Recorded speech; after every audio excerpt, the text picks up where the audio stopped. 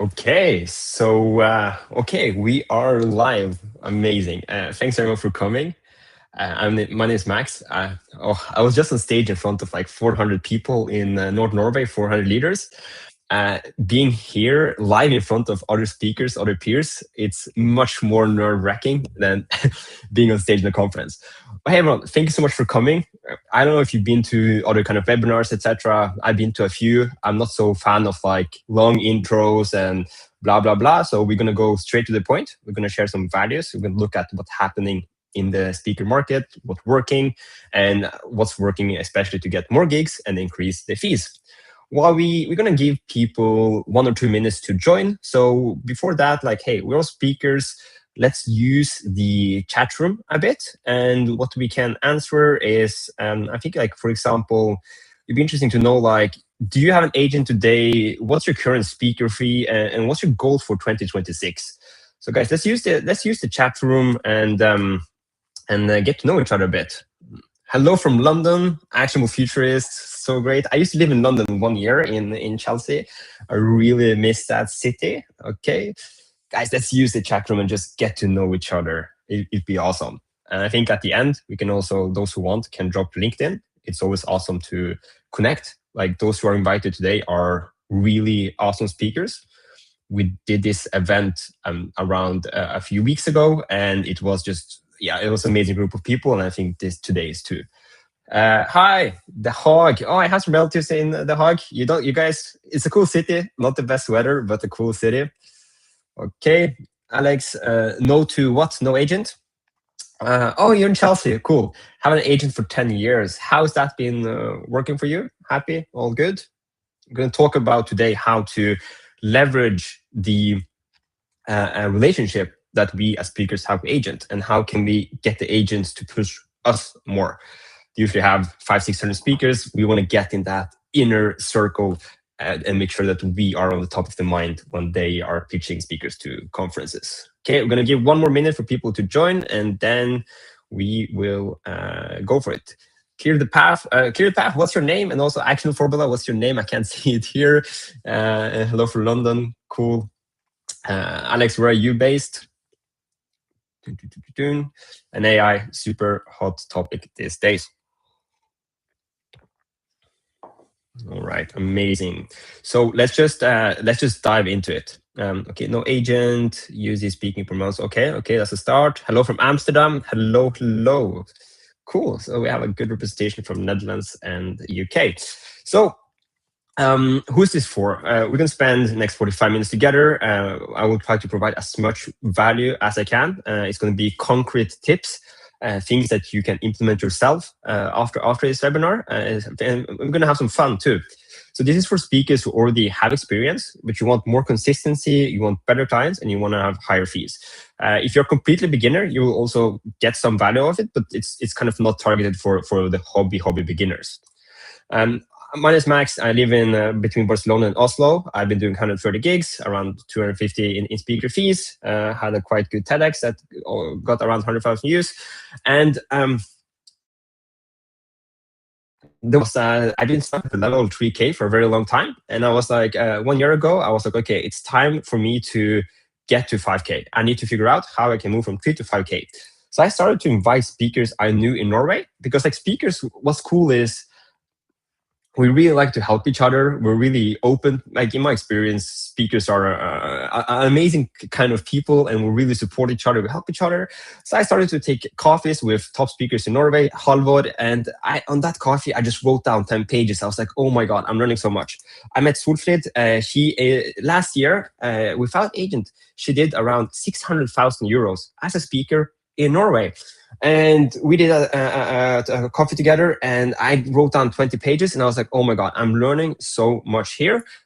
Other speakers could benefit from this too.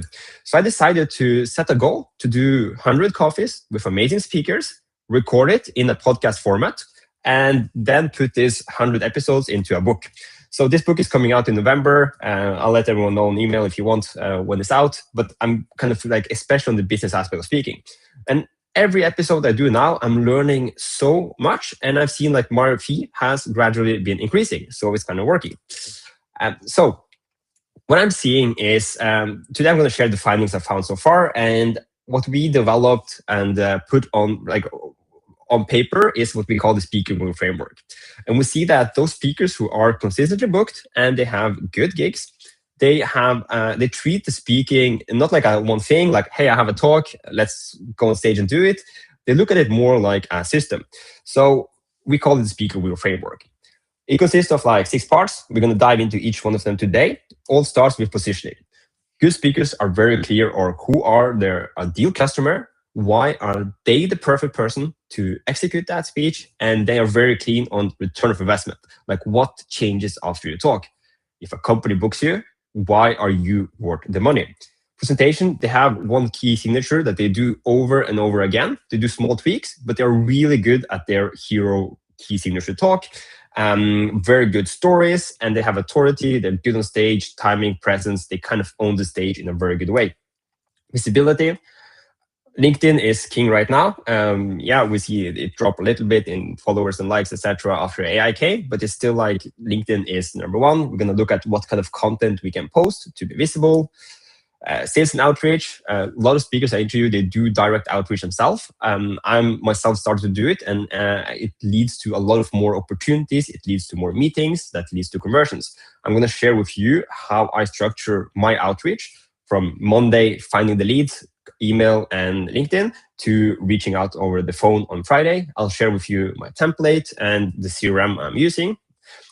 Agents, they're very good working with agents and building a strong relationship with the agent and the whole sales team of the agency. We're going to look at how to get new agents in new countries to grow, but also leverage the one agent you already have and how to find one if you don't have one already.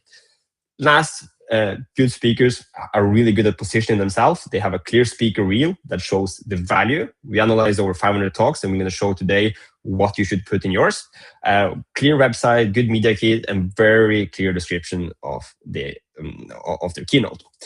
And the thing is, see, like if one of this is kind of off, it feels like driving a punctured tire. You can be insanely good on stage, but if you're hard to find and you don't do the activities to be visible, that keynote will never be seen. So it's kind of like be sure that you have all the one in place to have a smooth drive in your speaking business. So far, so good. Interesting. Are we ready to dive into this? We have Alex. We have Gis van Bilsen. Sorry if I mispronounced. Yes, an agent. Oh, okay. That's really good. Goals for 2026 is get booked regularly, minimum 20 times. Good. I'm working towards the same goal. Super. Okay, we have some really, really cool people today. Okay, are you ready? Let's dive in. And this is going to be super fun. I've been very excited about today. Positioning. Who pays you? Let's look at those stages we see that are still actively booking 3 to 6K gigs or more for like a 30-minute very good talk. The goal here is to kind of inspire you to see like maybe there's one area that you haven't tried or you haven't focused on that could be interesting for your topic, and etc. Internal events are still the high driving. Like for example, I just spoke in front of Norway's biggest pizza chain, 200 franchise leaders. Internal events are still like, at least for me, the majority driver of bookings. Associations, this is great if you want to travel. So for example, every industry has their own association. I spoke one time at HSMI. It's the Hospitality Association. And the cool thing here is when you go on stage, the audience, it's full of different businesses. So if you do a good talk, it's a big chance that when you leave the stage, you have a few LinkedIn messages. At least I had people like, hey, I really like your talk. Can you come and do it in our business too? The other good thing about associations, it's a good way to grow in Europe, for example, because associations have different local offices. So I did one for associations for secretaries to CEOs. I got a few gigs from that, but then I started to contact this association in Europe and be like, hey, I spoke in Oslo. The feedback was great. I'm keen to go to your country. Is this interesting for you? And that makes it easier to get on stage and get a huge exposure for a lot of businesses as you scale across your outside your border. Government, usually a very pleasant customer. I recently spoke at Norway's biggest hospital, and it's basically you feel like you're getting your tax money back earlier than you would. But government customers, they still have very good budgets. You can read in the news that they're cutting down on spending. but they still host internal conferences, and they're still keen to operate efficient or at least try. So government customers is also a big focus for me. Nonprofits, again, it's not, those don't have the best budgets, but it can give you a big exposure. I interviewed some insane speakers who went to some nonprofits. They arranged that their fee was kind of a donation for the nonprofit, so they didn't devalue themselves as a speaker. And in the audience were all the donors, and boom, they went out with a lot of gigs. So this can be a good way to boost that. Breakfast events, one of my favorites. So, for example, farmer relations. They, by the way, my talk is about Gen Z, how to better recruit and lead Gen Z. I deliver it in a stand-up format on stage with memes, interaction, etc. So that's me as a speaker. So I did a breakfast event for farm relation. They invited all their customers. So what was cool here was when I left the stage, I already got an email from AstraZeneca, who was in the audience, like, "Hey, we are recruiting Gen Z. I love your talk. Can we have a meeting to discuss to do this in our place?" So breakfast events is really good. It's something I actively pitch to other businesses. For example, recruitment companies is a good customer of mine. So I'm looking now for recruitment companies in Finland, Sweden, Denmark, and I'm pitching, "Hey, do you want to do a breakfast event for your clients? I think they would appreciate it." And they usually have the budgets for it, so marketing. Webinars. I was really skeptical to webinars before. You don't see the audience. Like right now, I don't see the reaction. So I was skeptical, but then I did one in Oslo for a recruitment company. It went really nice. Next year, they called me like, "Hey, Max, we received such a good feedback on this. Can you do it again?" And I said, "Okay, yeah, but I want to do it from my home." They sure. So I was just sitting at home like right now, drinking coffee, did the webinar, invoiced 2.5K for that, and boom, by the 10 o'clock, I didn't have any travel. It was super chill. So webinar is also something I'm pushing much more now. So that's like the markets we see that are really looking good for 2026. In general, speaking fees in 26 are looking to rise a bit, and the speaker market looks healthy. So everything is looking good so far. It's a very high competition these days. I speak a lot with different agents in Europe for my podcast, and they say the same. They never had that many people who approach them and be like, "Hey, I want to be a speaker, I want to share my story." So the competition is getting harder. So you need to figure out, why are you unique? Are you communicating this clearly with both the conference, businesses, and your agent? Do you have a tagline that people remember you by? Like, okay, Max is the Gen Z meme guy. Funny keynotes about Gen Z. Like, if people talk about you, do they have a one-liner that makes you a bit unique? And then this is a big change we see. We see that businesses focus much more on what changes after your talk. Like, what is the ROI? Do you give practical tips? Do you give practical advice that they can implement? Before, 5-6 years ago, it was, you could go on stage and be like, "Hey, I want to share my story. I want to inspire. I want to motivate."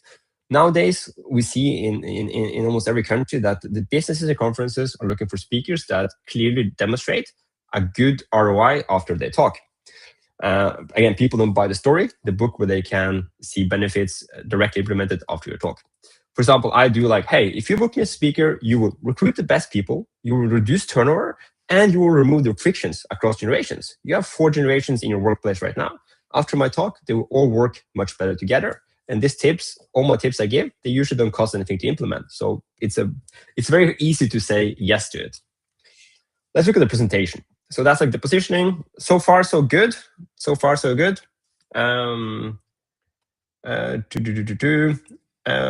Okay, imagine the future. Actually, it has to be actionable. It's in my brand. Perfect. That's a very, actionable futurist. Very good. By the way, I did this keynote for 25 speakers in Norway in a retreat last week, and it was amazing. Everybody was taking photos, taking notes, and so I really hope you guys can get some value out of this. And then I put a QR code in the last slide that provides a ton of resources. They keep coming back to that page. Amazing. That's really, really good. Okay, then we continue presentation. So signature keynote, what we internally call, we use the term hero talk. It's a talk that you can do over and over again. And it's a talk that you are really recognized for. So usually what I see is like, it's 20 minutes that you can easily adjust to 30 or 45. You speak the 20 minutes, And the rest, you can put exercises to engage the audience. We're going to look at some tech stuff we can use to engage the audience. But usually you speak for 20 minutes and the rest, we in some way engage the audience. So a good sign, if we're talking about the keynote itself, design and how it looks like, it matters. And a good sign here, like, did another speaker ask you, hey, who made your slides? Like, they looked amazing. Can I get their number? That's a good indication that your presentation is really up to date. For example, and I have the philosophy, every time I go on stage, I look at my slides, and I have 169 slides for a 25-minute talk. It's 7 slides per minute. I'm doing it in like a fast speed HD vibe. So we're just thinking like, okay, make every slide count. Can we make that like really pop and be like, wow, this was cool? One speaker I'm working with a bit, he has a concept, really cool concept called decision laundering, about like how leaders do decisions. So as a speaker, you could take a PowerPoint, boom, put in decision laundering. Or we can, in Canva, for example, add a GIF and play around with the word laundering. So we have a screen where something moves a bit. So it's a little bit more action for the people who watch. Then we can take it to the next step. We can look at, okay, decision laundering. Can we play around and make it a bit more fun? So for example, you know, 2 CEOs in a washing machine making decision laundering. But then it's much more fun if you're on stage and while you're talking in the background, something is moving a little bit, just enough to make it wow, but not take away the focus from the audience. But unfortunately, most speakers just open up a PowerPoint or keynote, they write down their sentence and they go. So look at your slides and have the philosophy, make every slide count, make every slide wow, because the presentation is your biggest asset, your talk. Then I see that a lot of good speakers have a very good structure, and there are 5 structures that works really well. My tip would be to also just go back, take 2 steps and see, like, can you make a better, clearer structure for the audience, and always have the audience in mind. So one is, for example, the 7 trends setup. I really love this one. I have 2 talks, one about recruitment leadership, one about communication.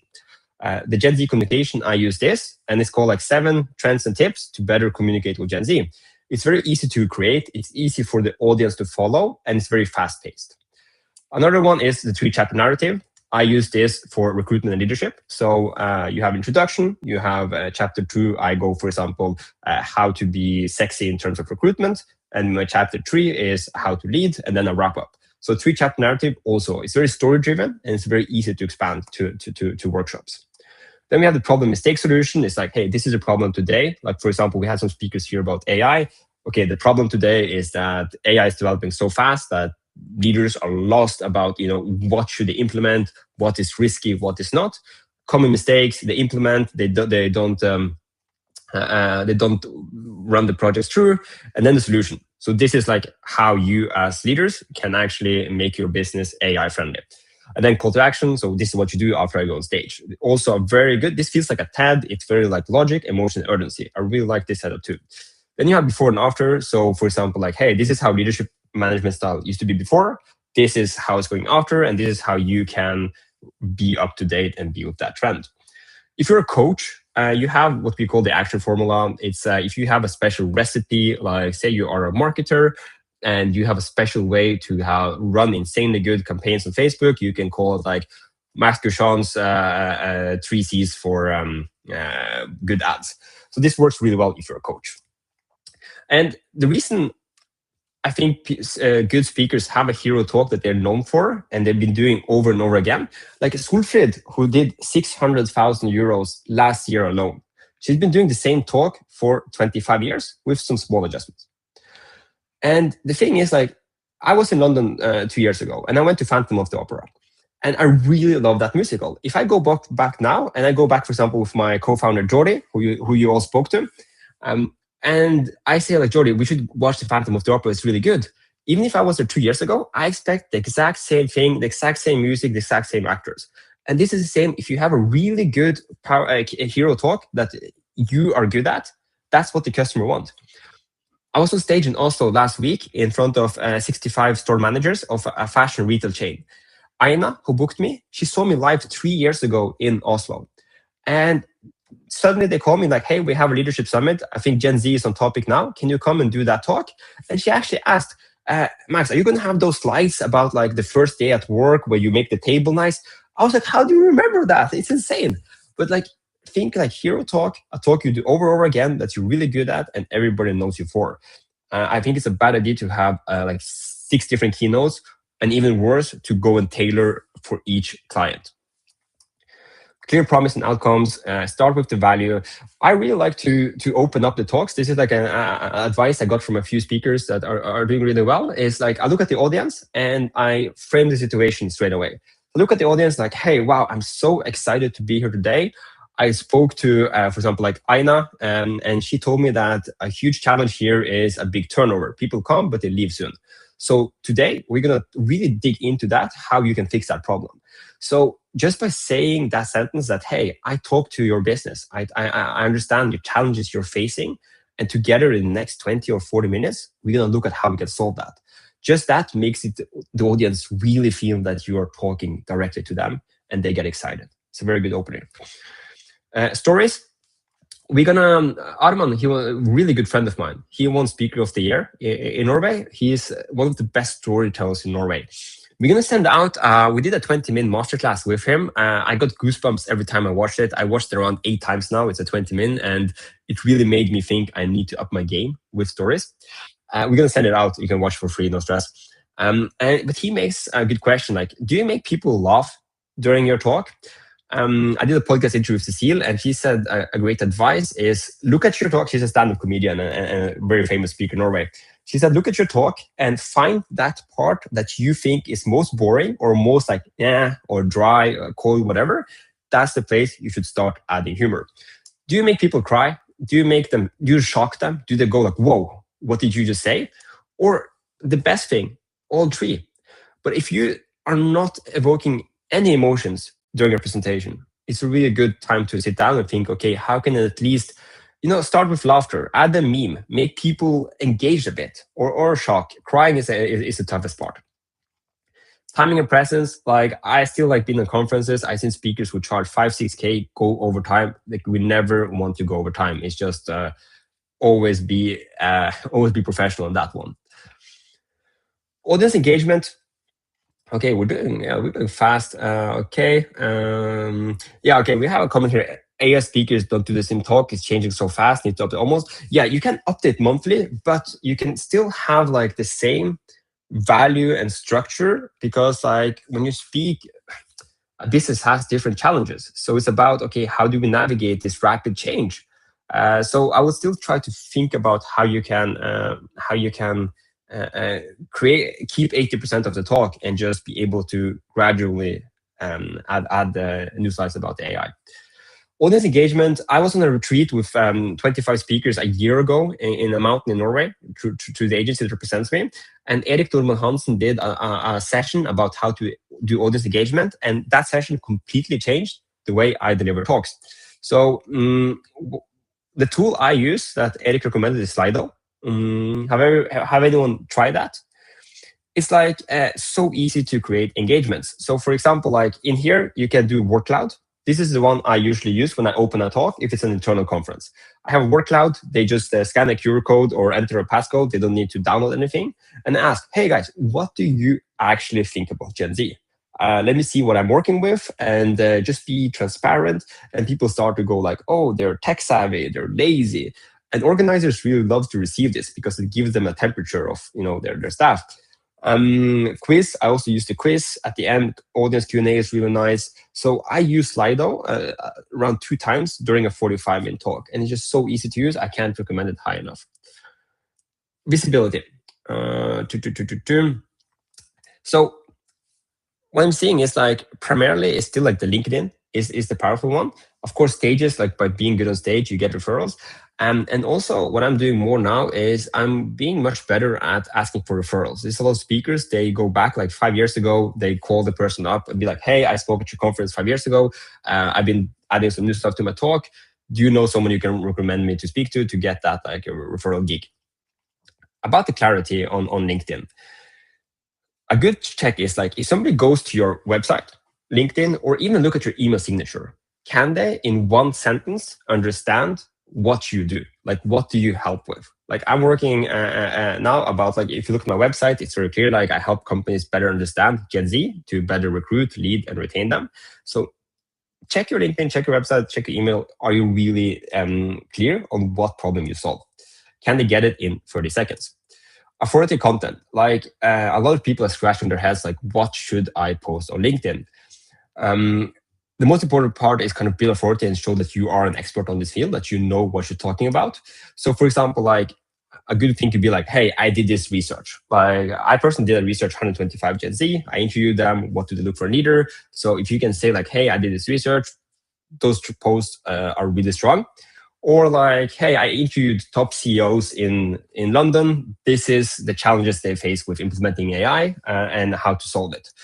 Or like, a good thing could be like, hey, during the summer, I studied 50 books about negotiations. This is what I found that works really well. Kind of really position that you know a lot about this topic. We can also borrow credibility. Like, if you can get an interview with the VP of strategy at like a big company or someone who's very relatable to what you do, and post like that kind of picture, that kind of content, and show like, hey, I'm there where it's happening, and I'm super up to date on my field, also scores really high. And it's about pattern. So LinkedIn is all about consistency. And I see that those times when I've been really good and posting daily, I'm getting like 20 to 30,000 views a week. Now I've been traveling to the States and I took some time off. I didn't post for 7 days and my reach is like 700-800. So it's all about that consistency part. It takes time, but it usually pays off. Okay, sales and outreach. Direct outreach, it's still what most speakers tell me that they do. It's like the good old email and phone. Atle won Speaker of the Year. He talks about Formula One. Every time he sees a company in Norway sponsor Formula One or does something Formula One related, he's very quick with phone, email, saying, hey, I saw you do something Formula One related. I speak about Formula One. I'm a Norwegian Formula One champion. Should we have a coffee? So you should be really good at spotting opportunities and be really quick with that email and phone. And that's still what really works well still today in 2026. And this is what I do myself. I want to share with you my routine to kind of keep my pipeline good. Monday, I identify 10 companies or conferences I can really, really, really help. Like, I think like if I go there, I'm a really good match. I'm a really good fit. I can help these companies. So I reach out over email, LinkedIn.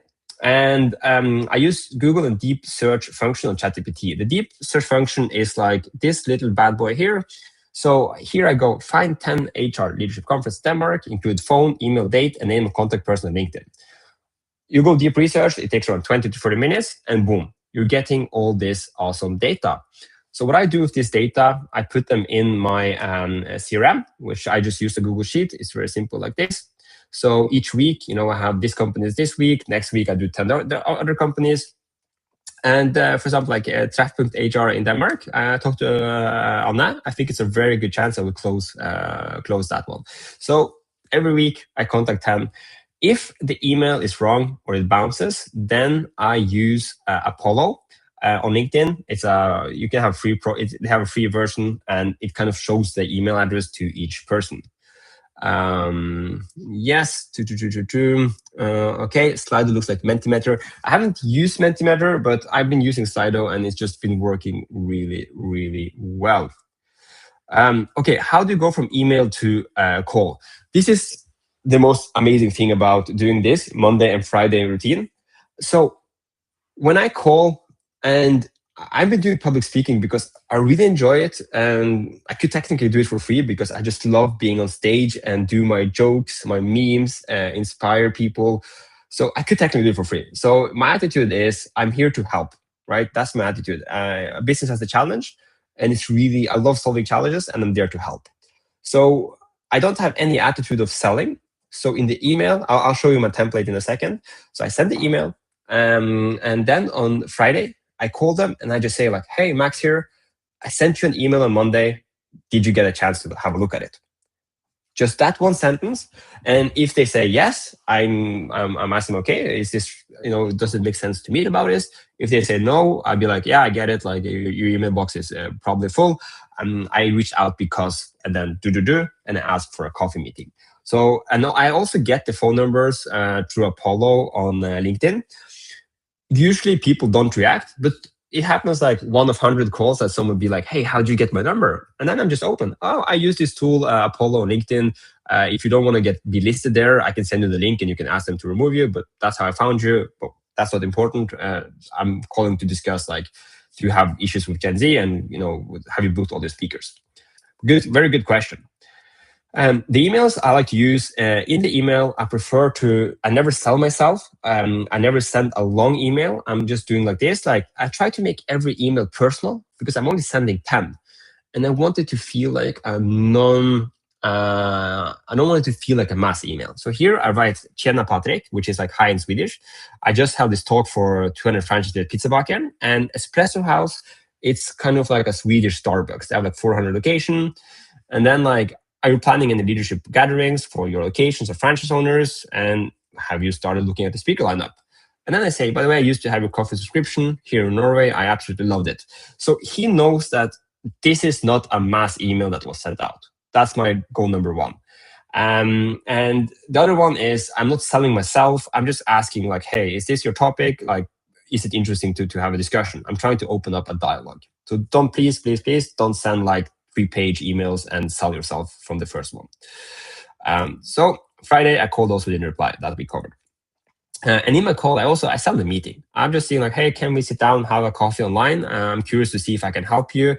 I know Gen Z is a big challenge for a lot of companies right now. And what would it take to book a 50-minute call? Another main thing that work is to get more inputs. We're not going to go so much in details. I have a video guide about this, but there's 2 tools I use. I use a lot of AimFox lately and Apollo. So, and I combine that with posting regularly. So, for example, like, let me explain. Each month I go to Apollo and I find, for example, like 800 HR leaders. So the way Apollo looks like, for those, have anyone used Apollo, by the way? Anyone here or tried Apollo before? Okay, we also have a question. Great. So if you call, they don't answer. What sense works? You do get a reaction. That's on lines. We'll take a look at it. So if they say, hey, we'll take a look at it, I'll be like, okay, great. And I try to just be like, can I send you tentative invite for Friday? If it's completely off after you look at the email, just cancel it. But I try to get them to at least send a tentative email for like event for like 15-minute coffee, and I give them the option to cancel it. But these people, they are going to be busy, so there's never going to be good timing. We just need that coffee to get to know each other. Usually, once you get them in a coffee and you're a good speaker, it's very hard not to convert that into a paid speech. So Apollo looks like this. So basically, what we see here is like there's 2 functions I use. It's like companies and people on the search to the left. So first we go to companies, right? I speak a lot in the hospitality and restaurant industry. So there's 2 filters I use here is employees. Actually, sorry, I use like the location Norway. We can also add like Denmark, and we can add Sweden, and just to get some more, Sweden. So we have like, okay, we have 100 now. It gives us 172 companies that have 200 employees or more, because that's a good fit for me. In the keywords is restaurant and hospitality. That's where I've been speaking a lot. So I have this. Okay. So what I do next is like I go to people, and it's going to save this filters. So here we have 60,000 people, but that's not so relevant for me. I want to contact HR. Usually HR manager. We can do HR director. So okay, we have 236. What I do is now I export all of this. I export all the select all. So their LinkedIn and their email. And then I upload it to AimFox. And AimFox is a connection between my LinkedIn. So I upload this 270 leads to AimFox, and then AimFox starts to send connection requests to each of these HR directors. And I usually just go very casual. I treat it like a casual conversation. So if they accept, they get a message. Hey, Max here. Great to connect. I see we're both in hospitality. And then if they don't reply, in 2 days, I send a message like, by the way, I speak about Gen Z. Curious, is this a topic in your leadership team these days? again, we're just trying to open up that conversation. We're not trying to go for a very hard sell. So that means like you're always building connections with HR people in your industry. So your LinkedIn grows automatically without you having to kind of invest so much time. Yeah, okay, we have somebody who tried Apollo. Amazing. I'm really happy with the tool, and they have a really good free version too. So they go to your LinkedIn, they see you're an amazing speaker. We're going to talk about how to pimp the LinkedIn a bit. And then like if you can manage to do like 2-4 videos, 2-4 articles a month, those HR people will notice you, they will see you, and it will create that, okay, this is a speaker who knows about this field, and should lead to more meetings. In the booking, during the meeting, when I meet with the conference or clients, and I've been coached a lot on this, it's like I focus like 90% about them. I usually never show my slides. I just focus, what is your challenge? Why are we having this meeting? Why are you considering me as a speaker? What's not working? How can I help? And just really focus the whole meeting about that. Follow-ups that close is you want to be on top, but you don't want to be too pushy. I usually follow up on email and call, because the thing is like they will, consider different speakers. It's not like they are like, okay, we met you, we're going to go for you. So sometimes I'd be like, hey, I can be like a follow-up email. Hey, and this is before they, landed on me as a speaker. I can be like, hey, I have some ideas. We can do something exciting on stage. For example, like I can host a giveaway, or we can do this and that. I propose them some ideas. Show them that you want to help, and you take this gig seriously. And I just want to say, like, I lost a gig recently because I was too passive. And this is like 5 months ago, but I'm still so pissed off on myself. So what happened was there was a conference in Norway. They were considering me and one other speaker. I know the speaker, he's really good, but for exactly this client, I knew that my talk would actually be better. So my agent pitched me in to this client, and they said they will get back to you. And I was like, okay, I'm going to wait and let's see what happens. And then I got an email, they went for the other speaker. And I asked my agent, like, should I have taken a meeting with this client? Should I have taken an intro meeting so they could get to know me? And my agent said, like, usually they say no, because what happens is a speaker goes to the meeting and they try to sell themselves to get very excited. But because I had the attitude of go in the meeting and just do a discovery call, ask for help, my agent said, like, yeah, probably if you did the meeting, the gig will go to you. So I learned the hard way that once you have a strong lead and they're considering you as a speaker, don't be too passive. It's the quickest way to lose a gig. Okay, we're getting closer to the end. It's been really fun so far. Pricing, like this is like, let's just look at the prices, right? So we have like free rules the market. I only do free gigs if it's like a very big conference in a new country where it's going to be a lot of exposure. I'm going to Latvia now in May. It's going to be around 800 people in the audience. So that one I'm doing for free. But in general, I never accept free gigs in Norway. Like in Europe, 2,000 to 5,000 is an average good speaker. Like, or you're really good to know, or you really know how to sell yourself. I've seen also I've seen some speakers who charge 5 and more without being a celebrity or a full-time speaker. But this is kind of like the one we're seeing works most in Europe. Agents, working with agents. I feel like I really cracked that code. In 2023, I won the prize Rocket of the Year in Tallinn, which is the agency that represents me. And I had the highest growth among 700 speakers. Nils, he's been an amazing manager for me. Just this year, I already have like 25K in gigs that I just got it from them. And the reason I think it works very well is I'm building very strong relationship with the agent. I know their whole sales team. Just last evening, I had a call. It was 12 o'clock at night here in the US, 8 in the morning in Norway. And I called with one of the sales people in Tallinn, Tom. And I was like, hey, Tom, okay, how do the next few months look like? This 4 conference, can you pitch me in? And I just sent him an email. This 4 conferences, this is the contact person, this is the email, can you pitch me in? And I'm really on top of them. Every time I'm in Oslo, I ask Niels, hey, can I come to your office and have a lunch with you guys? So you want to be visible. And you want to meet your agent at least 4 times a year. And when you meet them, it's not just like, oh, let's have a coffee. Come there with concrete conferences, leads, and also send them business. So those who have an agent and usually complain, oh, I'm not getting any bookings, they're not building that a relationship very actively. How to get an agent? Perfect. Okay, super. That's the one we're going to go into now. One thing that works for me is a quick follow video. Yeah, that's a really awesome tip. That's a really cool tip. So how do you get an agent? You have to bring the business. Like I've been doing podcasts with some agents across Europe now, and they get 20 to 30 on average. They get 20 to 30 people who reach out every week and be like, "Hey, I want to be listed. I want you to sell me." So 90% gets a no. So the best way you can get an agent is to actually bring them business and show that you're in demand and show that you're serious.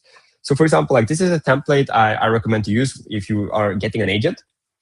So for example, like, hey, I know most speakers usually reach out asking to be put on the list. That's not what I'm doing here. I just got booked to speak at PayPal next month. I've been thinking for a while now, it's time to bring on an agent. And this feels like a natural place to start. I'd love you to handle the fun details. Like, hey, you can handle the details yourself, but it's just to show that, let's try to work together. Low risk, real opportunity, and a chance to see people work well together. Does that sound like something we're chatting about? Like, no agent will say no for free money, right? It would be stupid. And this is a really great way to start to work that together. Another thing can be like to be serious, to be like, hey, okay, from the first 3 gigs, you can take a 50% cut, and let's just kickstart this. Working with an agent is about building a business together. For 8 years, my structure in Norway was I didn't have exclusivity with Talerlisten. They took 25% from all the bookings they got me. Last year, I signed exclusivity in Norway. So all the gigs in Norway, I drew to them, and their fee is 20%. And after I did that, they started to send me more gigs because we're building a business together. So that's the best thing, is have the mentality of, it's not like you can't just like get an agency and be like, oh, send me all these gigs and I won't do anything back. As you know, we kind of covered that. I really recommend to, in your market, it's better to have one agent that you are building a really strong business together with than having 5 and you're spread thin. And also agents are not they don't like so much if you are represented by so many others in your hometown. So it's better to kind of like, my advice is to stick to one and build a very solid business there. Okay. How often should you meet? We'd cover that 4 times a year as a minimum, but that's with the agent. Try to also ask the agent who is in your current sales team. Usually an agency have 3 to 4 salespeople. Make sure all of them really knows you. International expansion. One thing that is same as above is I talked to Stefan Hitfors, Speaker of the Year in Sweden. He's an amazing storyteller. He's done thousands of gigs, and he does the same thing. Now when he goes into UK, he tries to find the gigs himself through previous customers, etc. And then he gets a few gigs, and he take all those gigs to an agent and be like, hey, can you negotiate this for me? And I'm looking to establish myself in UK. Let's try to build something together. Niche down, I always think like fewer markets are better than going too wide. So it's better to become really good in, for example, hospitality or retail than be all over the place. And then it's also a bit easier to scale in Europe. Okay, we'll get into an end. Proof and assets. Speaker reel. We analyzed a lot of speaker reels, and we talked to agents to be like, hey, what should be in a speaker reel? And the length, 1.5 to 2 minutes, that's the ideal length. And it consists of 5 important blocks. So next time you redo your speaker reel, and hey, you can make a speaker reel like filming with your phone at home and just have a good editor doing it. But the blocks are opening hook, like why is this a huge challenge now? Like for example, like we have actionable futurist, right? Like AI is growing and it's crazy. How do really frame the problem? Then we have why you the right person to speak about it. Then the promise of your talk, like in this talk I share practical advice, proof that it works. This is what people say after they listen to my talk. And then your signature style. And I always have this. I don't have no wise slides or boring bullet points. That's the biggest fear of that's the biggest fear of organizers and conferences, is that you will come there and you will bore them to death because they haven't seen you live maybe. So I just always include that in the speaker reel. And then the call to book is like, hey, if your organization is ready to stop guessing and start communicating effectively with Gen Z, let's grab a coffee and talk, like a very chill and casual ending. Can you recommend a few good agencies? You can message me later on LinkedIn. We can have a talk about that. It's about finding one that works for you, your niche. It's different factors that goes into that. You want to have an agency that have some speakers in your niche, but not too many. Like some agencies have maybe a lot of speakers that speak about marketing. Then perhaps you want to find an agency that doesn't have that many, so you're not like in an overcrowded category at that agent.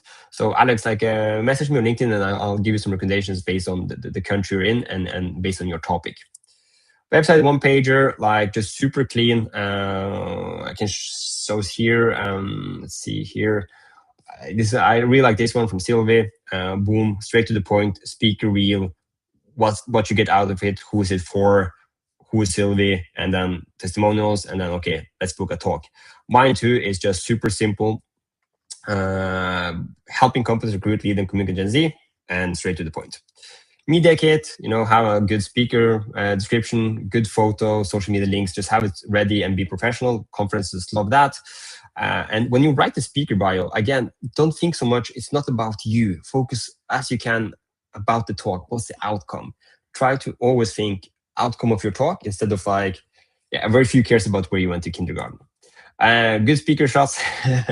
I'm speaking about Gen Z. I'm getting older. I just turned 32. I'm getting gray hair, so I'm thinking to maybe remake myself. No, I'm kidding. I just have I just have like this headshot done. I recommend to smile, be high energy. It doesn't hurt. Or like really good picture of you on stage where you're just like really in the moment. Focus on value providing and focus on why you. So this is like the aspects we see. Oh, wait. I didn't share the screen. Sorry. Jordi, thanks for reminding me on that. What I want to say was like,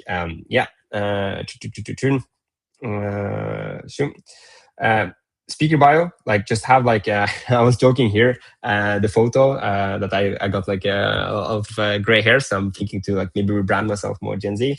No, I'm joking. Good headshot, just like you smiling, professional. Doesn't need to cost much, but just have that. Or some have really good photos of you on stage. Works really well. Keynote description, and again here, focus on the value. Just like really why you and why your talk.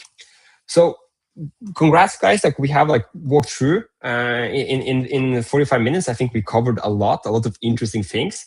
I'm still on my journey to publish the book, and I hope some of you get it in 2026. And you're now head of the majority of speakers. Most speakers, they don't treat speaking business as a business. They struggle with consistent pipelines. They have a goal, like somebody here asked me, had a goal, hey, I want to get 20 gigs, and then like, where do you start? And everything you've seen today, like the website, presentation design, visibility, the aim folks, you can do yourself. That's the beauty. You can absolutely do it on your own, and we will send out the slides. We will send out a recording of this, and you can absolutely do it on your own. But you have like two ways here. One way is learn everything and figure it out as you go.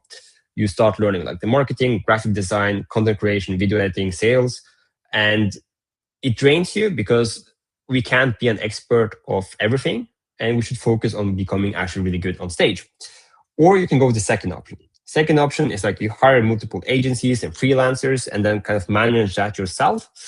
Once it's running, you have it in place, but it's a bit hard to, in my experience, it's a bit hard to find these professionals who really understand the speaker market. There's very few freelancers who really get the power of visuals on stage. There's a lot of like pitch deck designers, right? But there's very few who actually knows the speaker market. So neither options are kind of ideal. The question is like, if you can do it, the question is like, should you do it, or is that the best spend of your time and money?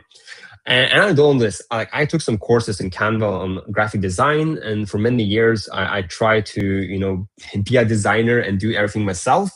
And sometimes I went on conferences and I saw some awesome speakers and I looked at their slides, I looked at the way they were on stage, and I was like, damn, that is awesome. I also want to be like that. I want people to come to me and ask me, hey, Max, who did your slides? Who helped you with your website? Who helped you with your speaker reel? This looks all awesome. So I did that. I started to build a team that really understand the speaking market and use them myself. And that led us to kind of like actually by accident creating a boutique creative studio. So right now I have a really cool team that is focused on making sure all this aspect of the speaker reel is successful for a speaker. We partner with some agencies. We have around 40 speakers using us. And today we're going to give away a free graphic thing, which is really cool. I'm going to get to that. But what I see is like when I work with speakers, it's like, for example, like one of my favorite clients, Billy, world champion in boxing, he came, we did a review over all his business and we saw that, okay, presentation delivery needs fix. And we also need to work on the sales and outreach. We also worked a bit on agents. So usually I sit down with speaker and we look through their speaker business and we'll try to identify the quick wins. We made a really stunning presentation for Billy. Went from 5 agents in UK to 1 and building that partnership. Atle, he won Speaker of the Year. It was actually a big moment for me when he won it, because in his thank you speech, me and Sulfid, the speaker who did 600K, we were one of the few he mentioned on stage, like, for thank you for making this happen. So that was for me like a really, we can say, touching moment.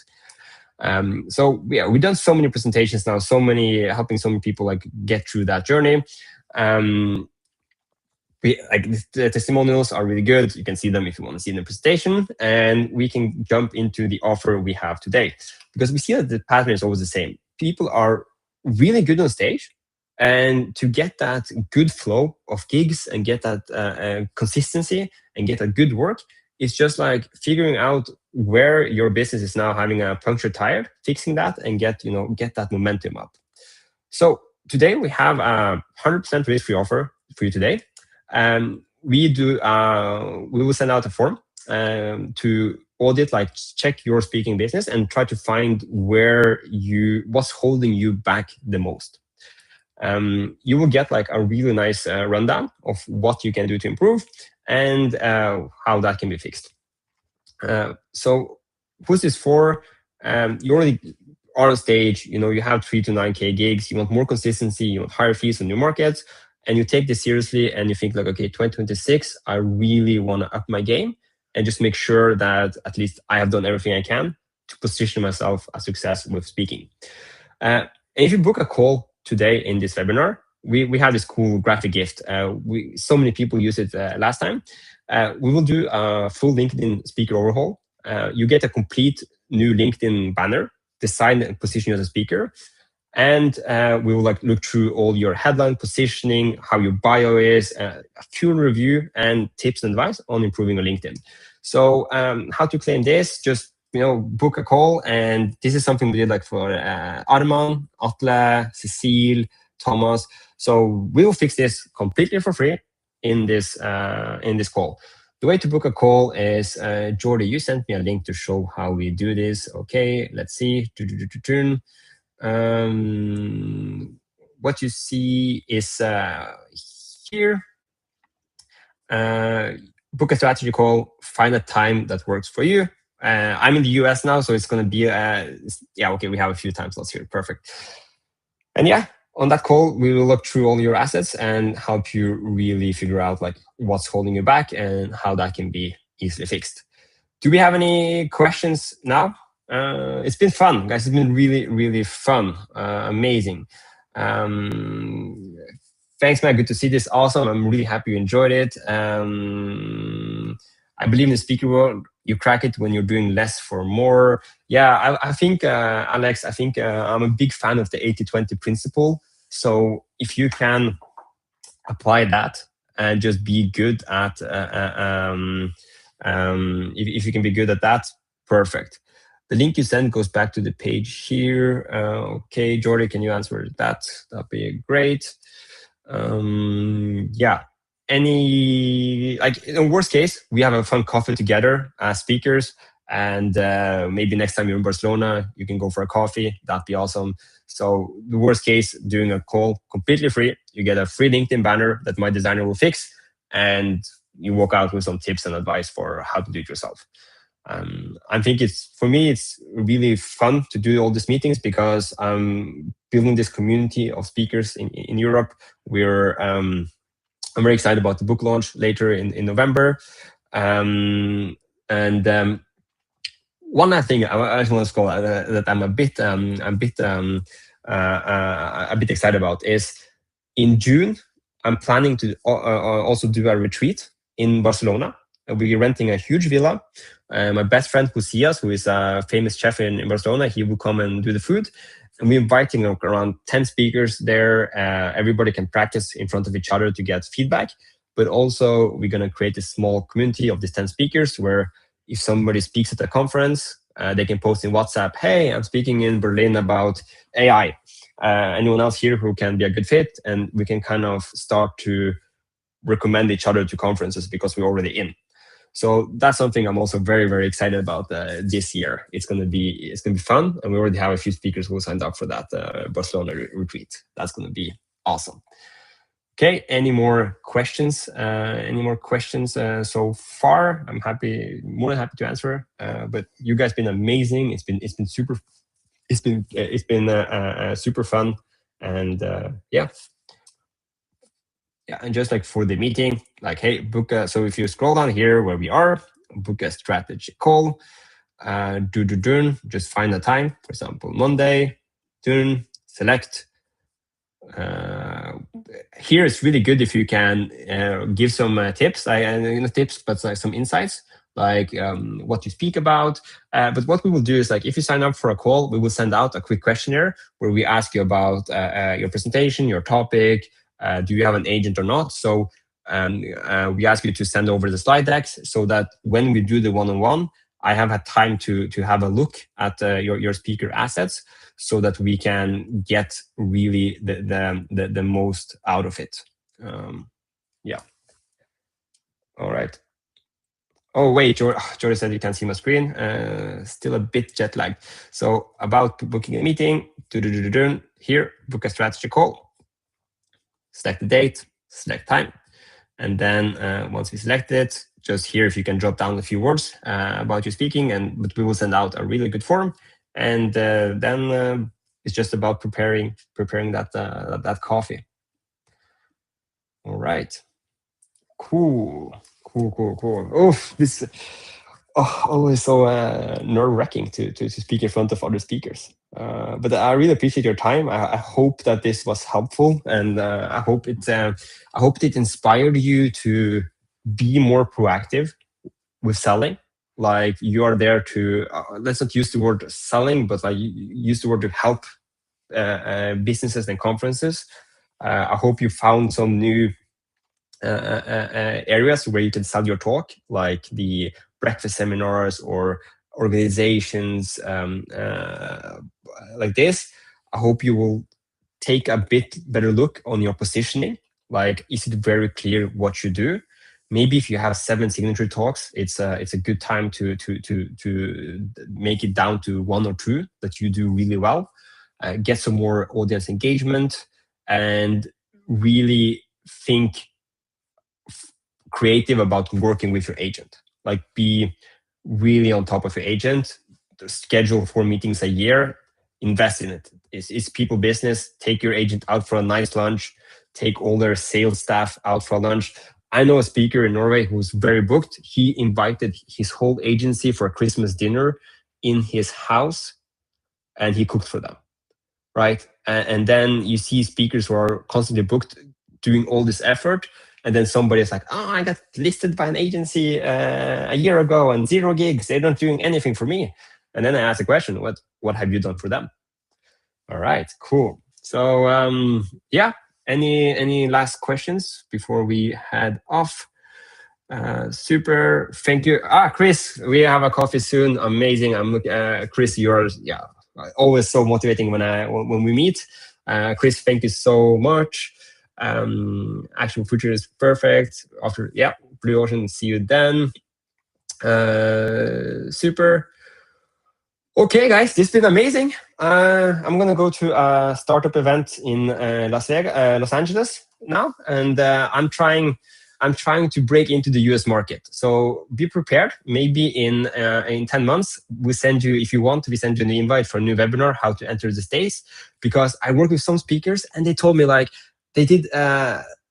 There's one speaker who was like, they found this website and they booked him for the States and they paid him $20,000 for 1 gig. And I was like, oh my God, that sounds fun. That sounds really fun.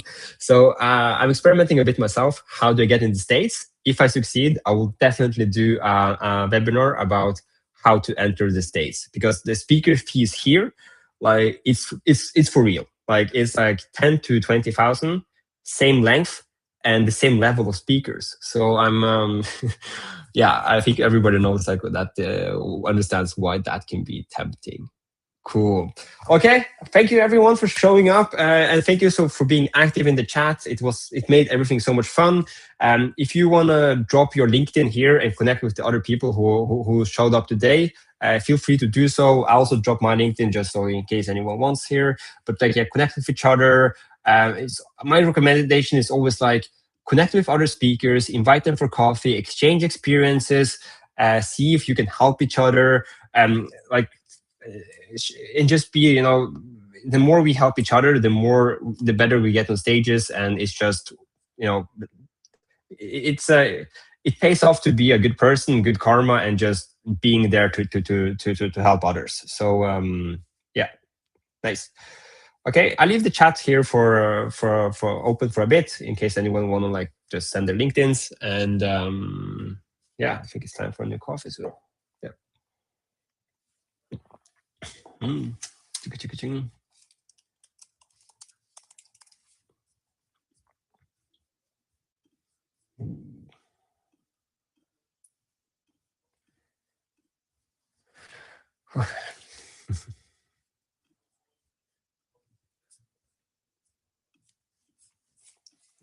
Jordy, you give me a thumbs up when I quit. Jordy's my co-founder. He fixes everything marketing wise, technical wise. I don't think I could survive without Jordy and our team. So Jordy, thank you also, Jordy, for making this happen, following everyone up so promptly. And